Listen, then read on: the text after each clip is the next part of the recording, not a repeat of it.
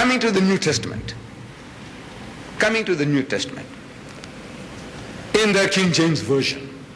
In some modern translations, they have omitted these words, which I'm going to say now. But in the King James Version, which Brother Swaggart uses, so he advertises this book here, King James Version. And in the King James Version, the New Testament starts. The first book is the Gospel according to St. Matthew. Second book, the Gospel according to St. Mark. Third book, the Gospel according to St. Luke. Fourth book, the Gospel according to St. John. I'm asking, what is this according to? According to, according to. Why according to? You see, you don't catch the joke. You just read the Gospel according to Matthew, according to Mark, according to Luke, according to John. I said, what is this according? Why according to? This little publication, it says there, Ahmed Deedat. That's my book. I wrote it. I'm responsible. You can take me to task. If I have made some utterances here which are false, you can take me to task, because this is my book. But if it was according to Ahmed Deedat, that means somebody else wrote it, not me. You are telling that according, maybe it was not according to what I'm thinking, but you're attributing things to me. It could be a lie against me, but if I wrote it, I'm responsible. But if somebody attributes something to me, say, according to Mr. Deedat, it could be false. So every book begins according to, because Matthew didn't sign his name, Mark didn't sign his name, Luke didn't sign his name, John didn't sign his name. These are anonymous books somebody had written. And they just say, well, I think this Matthew could have. I think this is the work of Mark. I think, it seems to fit Luke's mentality. I think only John could have spoken like that. So according. The internal evidence also shows, like for example, that Matthew didn't write Matthew. Matthew, chapter 9, verse 9. It says, while he, that is Jesus, was going forth into the way, he, Jesus, saw a tax collector called Matthew.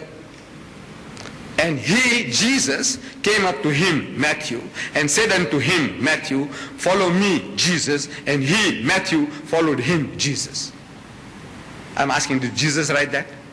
Did Matthew write that? If Matthew wrote it, he said, while he was going forth into the way, he saw me collecting taxes at the tax collector's table. And he came up to me and said unto me, follow me, and I followed him. That's Matthew talking. But this is somebody writing in the third person. See, not the words of Jesus, not the words of Matthew. And one of the leading lights of the Christian world, J.B. Phillips, an Anglican, a prebendary of the Chichester Cathedral in England, he translated the Gospels, the New Testament, into modern English. See, most of this English here is archaic, old-fashioned. Thee and thou and thine. So he brought it down to this ordinary, usual level, colloquial level. The Gospels into modern English. And in his preface to the Gospel, he says, early tradition ascribed this Gospel to the Apostle Matthew. That's what people said, that Matthew wrote the book. But scholars nowadays almost all reject the view. Who scholars? Muslim scholars? Jewish scholars? Hindu scholars? No. Christian scholars. Christian scholars of the highest eminence. They say that Matthew didn't write Matthew. Say the author, whom we may still conveniently call Matthew. Conveniently. Because instead of saying the first book of the New Testament, chapter 9, verse 9, the first book of the New Testament, chapter 5, verse 17, wasting my breath, wasting time in writing, wasting space, ink. He says, no. So I said Matthew 9, 9. I said Matthew 5, 17. Conveniently, I'm using the name, the term. He said the author, whom we may still conveniently call Matthew, has plainly drawn on the mysterious Q. Now this Q is in inverted commas. It stands for the German word Quelle, means sources, some mysterious sources, which might have been a collection of oral traditions. He has used Mark's gospel freely. This man, who's supposed to be Matthew, has used Mark's gospel freely. In the language of the school teacher, he has been copying wholesale from Mark. In the language of the school teacher, he's copying wholesale from Mark. And Mark was a 10-year-old boy when Jesus walked this earth. Can you imagine an eyewitness, a ear witness, a companion of Jesus?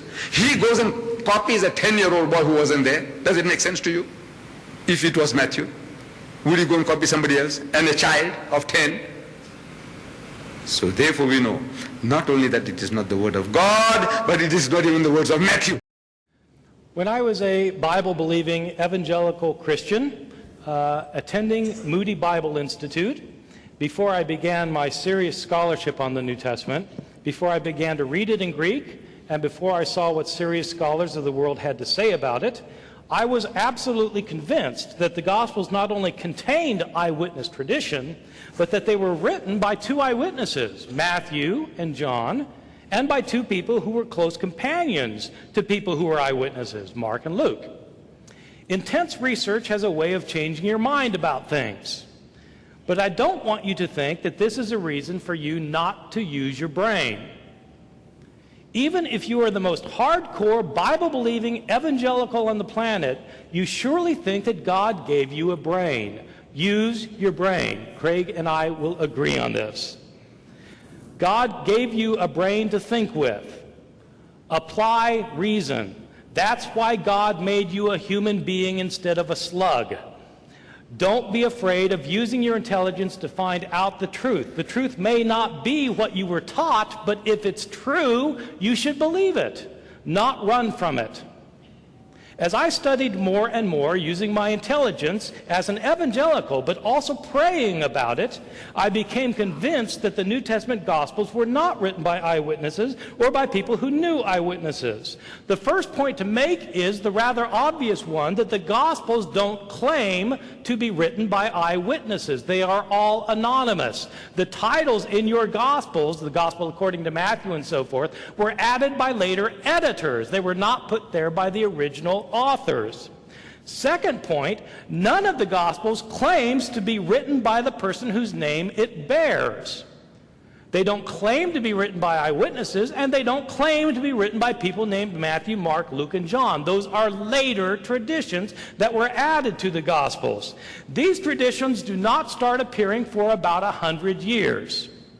Some people think that there is an early church father named Papias who attests to the witness of Mark and Matthew, but in fact there are very solid reasons for thinking that Papias, who lived around the year 120 to 140, is not referring to our Mark or our Matthew. The first time anybody refers to Matthew, Mark, Luke, and John by name is Irenaeus in the year 180, 100 years after these books were written. My understanding of the Gospels, as they come down to us, is that they were anonymous, and we don't know their names, and they're not built on eyewitness testimony. But the important point that I want to make is that even if the Gospels were written by eyewitnesses, or even if they did contain eyewitness accounts, that would not guarantee that they were accurate. Think about our legal system today. Are eyewitnesses always accurate in what they report? If so, why do we have trials that call in testimony more than one eyewitness?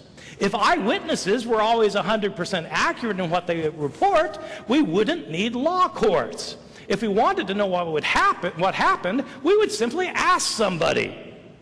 Eyewitnesses do not always get all the information right, but even if they did, it wouldn't matter because the Gospels of the New Testament don't claim to be written by eyewitnesses, and in fact they were not written by eyewitnesses. The Gospel writers were living 40 to 50 to 60 years after Jesus died.